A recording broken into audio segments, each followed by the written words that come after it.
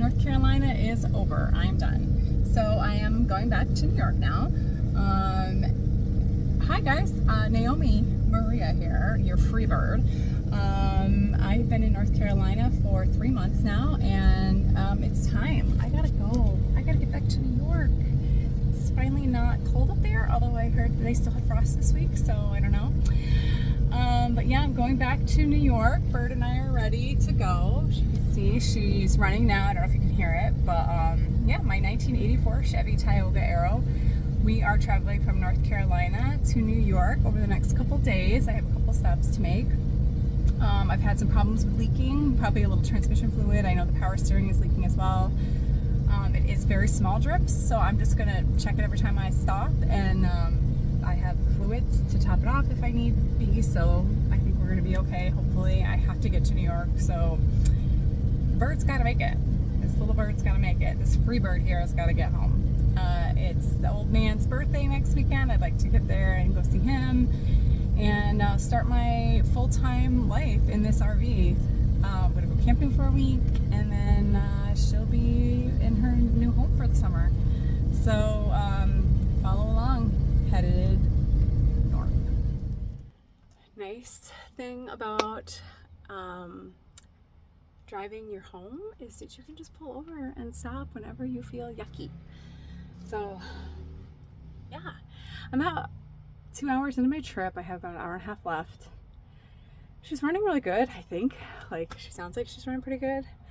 I'm just still super anxious and nervous. I'm good about driving a big vehicle. I don't have a problem with that. It doesn't bother me. I'm fine on the road. None of that bothers me. I guess what just the only thing that bothers me is I'm so afraid of breaking down. I'm so afraid of something going wrong. I'm so afraid of the engine overheating. I'm so afraid of not having enough fluids. I'm so afraid, so afraid, so afraid. So I still have a lot of anxiety, but otherwise, I'm good. I'm good. I'm good. We got about an hour and a half left. I'm doing okay. I'm okay, guys. I'm okay. All right, we're getting there. We're getting there. So,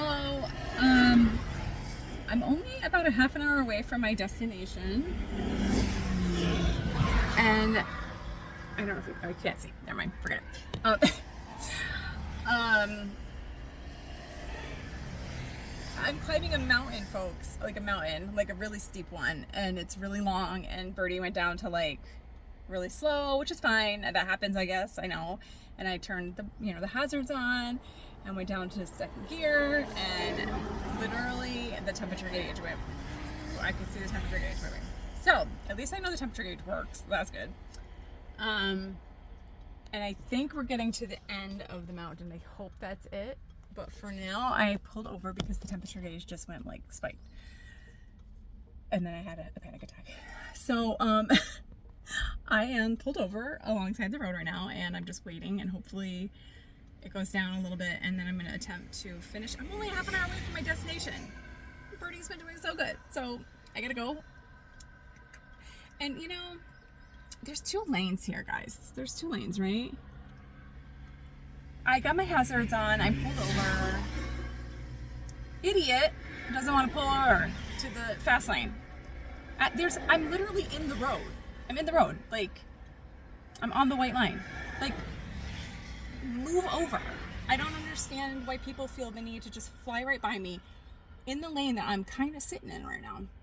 Get over. There's plenty of... I hate people. Oh my gosh. Well, let's see if this guy... Let's see what he does. Let's see. Oh, no. There's 2 lanes. Stay in this one, guys. Smart. I hope one of you hit me. Idiots. That guy didn't do it either. This guy did, though. This guy's smart. There we go. Finally. All right. Give it a rest for a couple more minutes. Hopefully, I can crawl up the rest of this mountain and get to my destination. We're so close. So close. That was not the end of the mountain. It was not the end of the mountain. Still climbing. Still going.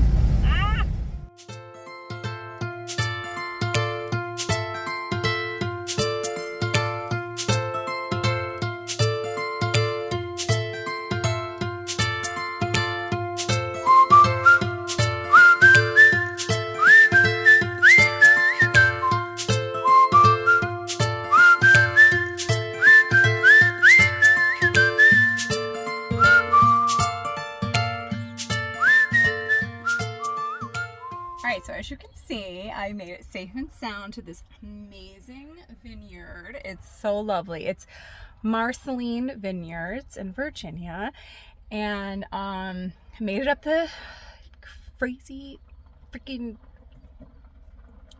mountain. I made it up, guys. I'm safe and sound. And I made it here to this beautiful spot, and they have a pug. Did you see? He's so cute. Oh my God. If you know me, or okay, if you don't know me, here's the story. 6 years ago, I got my son a pug for Christmas. He always wanted a pug. Well, Tristan and I, my middle son, we've lived together for the past 6 years because it's just been convenient after my divorce. He's been in and out of college and doing whatever, doing his thing, and he's been helping me with rent, and it just was super helpful. So basically, we had the pug together. And then he went off to college and for a year, and the pug became obsessed with me. And I call him the pug because that's what I call him. His name is Pogo, but he's the pug. I'm obsessed with him, and he's obsessed with me. So when I left back in January to go up to Saranac Lake for a couple months and then down to North Carolina for 3 months, I had been without the pug for 5 months. Guys, my heart is broken. My heart is broken. I love that pug. So I'm like, this just made my day. It's so beautiful here. It's gorgeous. The people were so friendly. There's a pug. I got a glass of red wine. I also got a bottle of white for later. And I got a chocolate truffle. And I'm already drunk because guess what? I haven't had anything to drink. I've had like maybe 2-3 glasses of wine in the last 3 months. I've been trying to lose weight. So I've like cut out so many calories, and wine was one of them. And also I've been watching my granddaughter and being respectful of my daughter and not having alcohol. So, I just haven't had any wine for the most part. I just had literally, I sampled 2 white wines and 2 red wines, and I am loopy. So it's true. I mean, you build up a tolerance apparently, because that's all it took was like 4 little sips of wine, and I'm like, yeah. Also, I'm excited, and I saw the pug, so that could be part of it. But I'm here for the night. I'm super excited. I don't know, like after that mountain and that rush of adrenaline and all that stuff, I'm just really excited to be here. And this is a Harvest Host location, the Marceline Vineyard. It's a Harvest Host location. I got a discount on the wine and everything, so that was like super sweet. Yeah, I mean, if you haven't joined Harvest Host, if you're an RVer or a van lifer or whatever, you can't. I think I usually do vans, so I'm surprised that this guy is here for Harvest Host. Maybe they just let him stay. He might not even be part of Harvest Host, but usually you have to be self-contained.